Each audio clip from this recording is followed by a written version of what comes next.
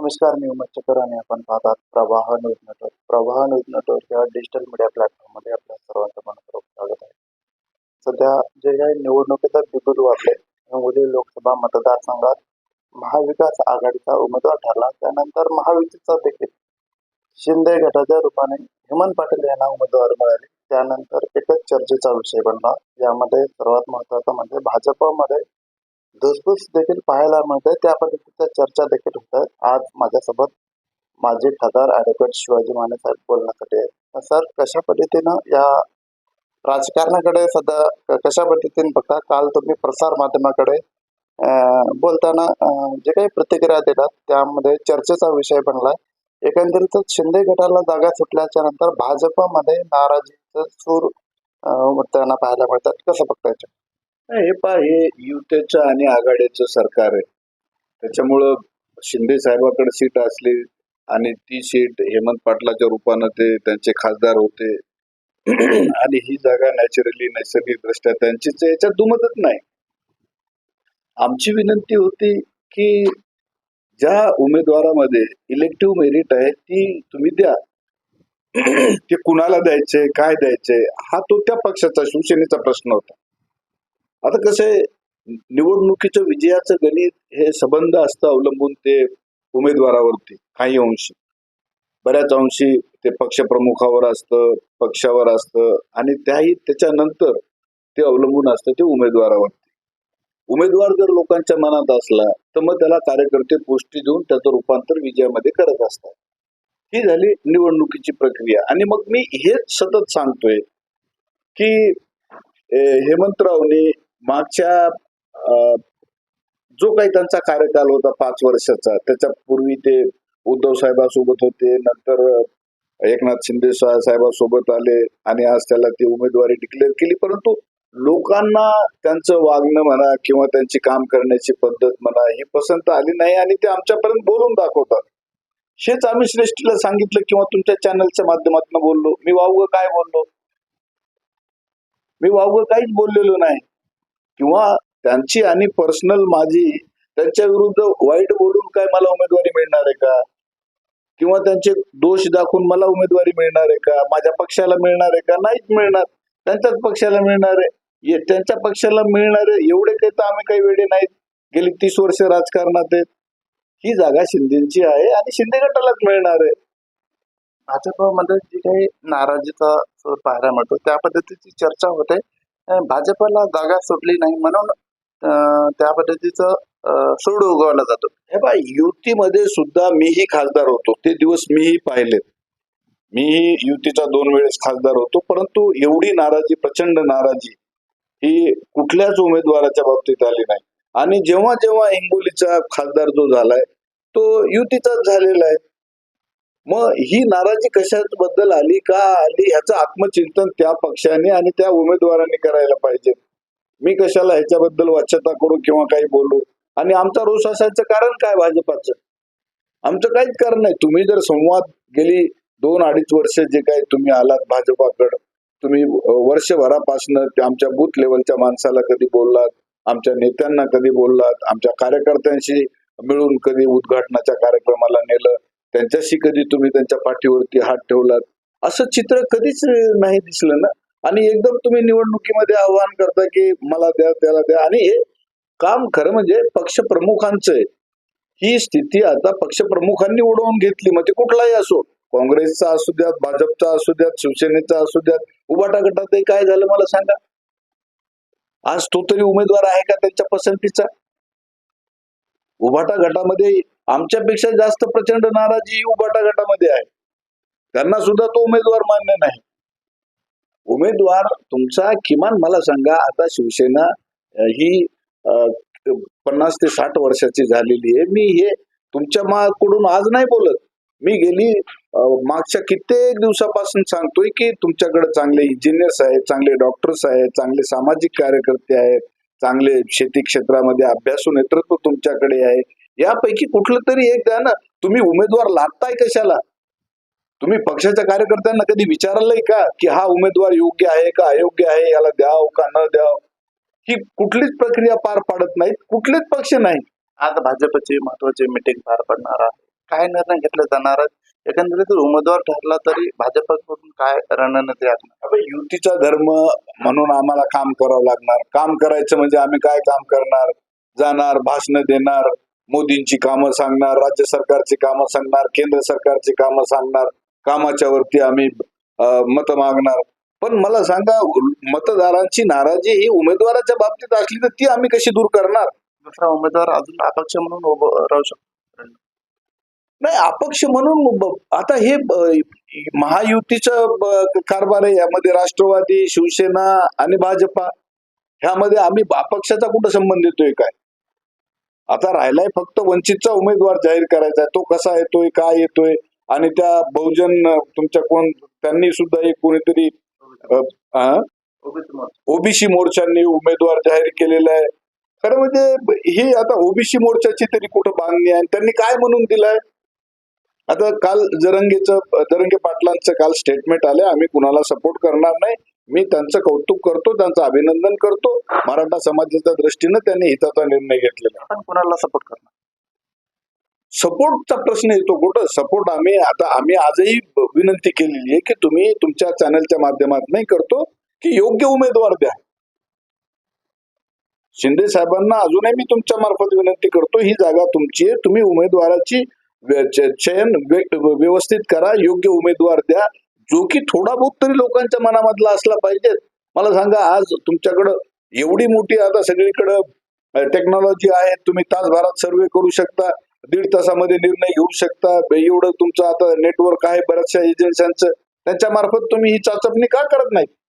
उमेदवार बदलला जाऊ शकतो. बदलायला पाहिजेत अशी विनंती मी करतोय.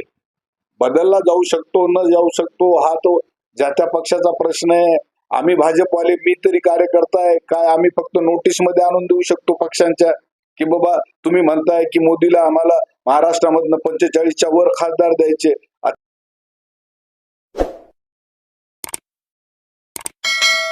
करू शकता, 1.5 तासामध्ये निर्णय घेऊ शकता. एवढं तुमचं आता नेटवर्क आहे बऱ्याचशा एजन्सीचं, त्यांच्या मार्फत तुम्ही ही चाचपणी का करत नाही?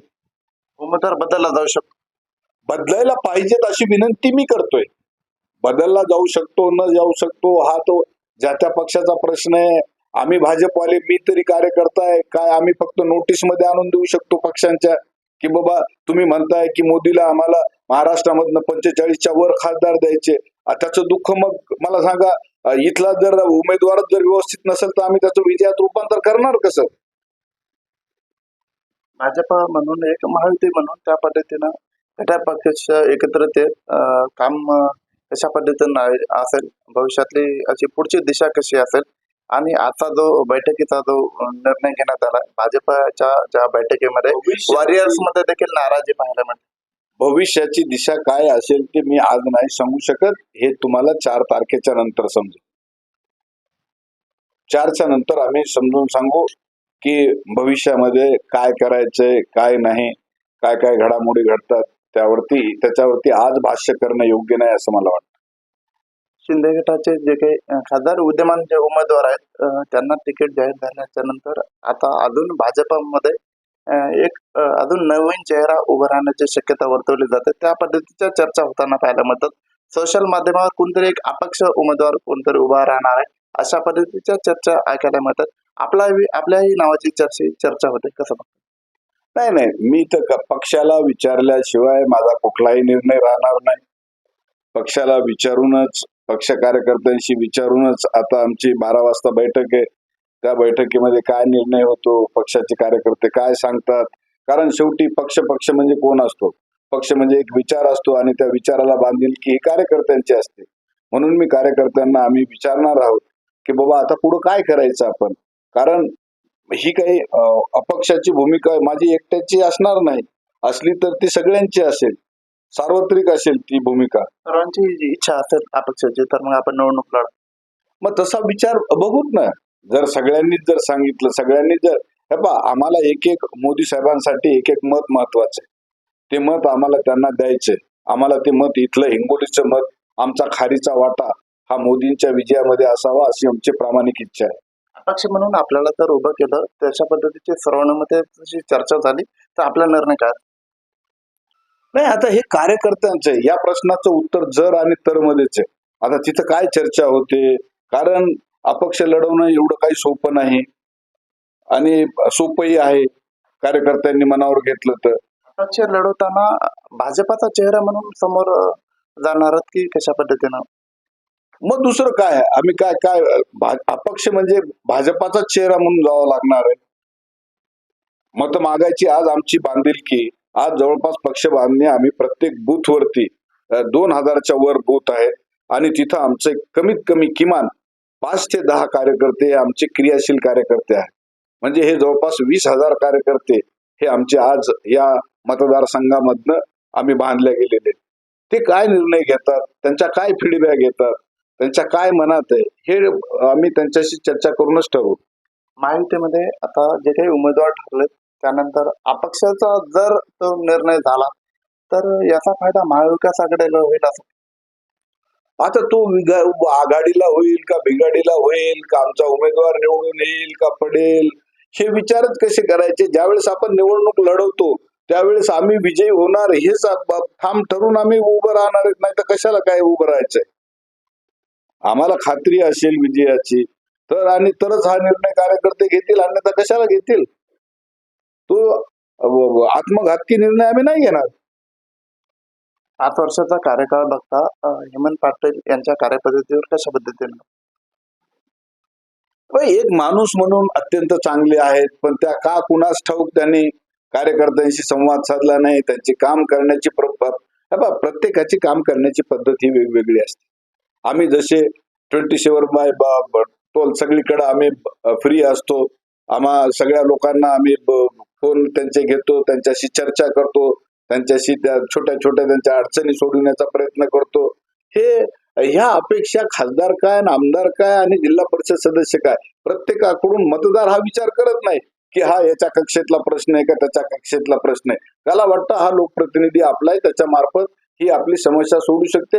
भले ती नालीचं काम असेल, तो खासदाराला फोन करतो. तिथं तुम्हाला असं म्हणता येणार नाही की बाबा हे माझं नळाचा पाण्याचा प्रश्न आहे, नालीचा प्रश्न आहे, मी का सोडू. मग त्यांनी लागले शिवोला बोललं पाहिजे, काय अडचण आहे काय नाही या संदर्भात.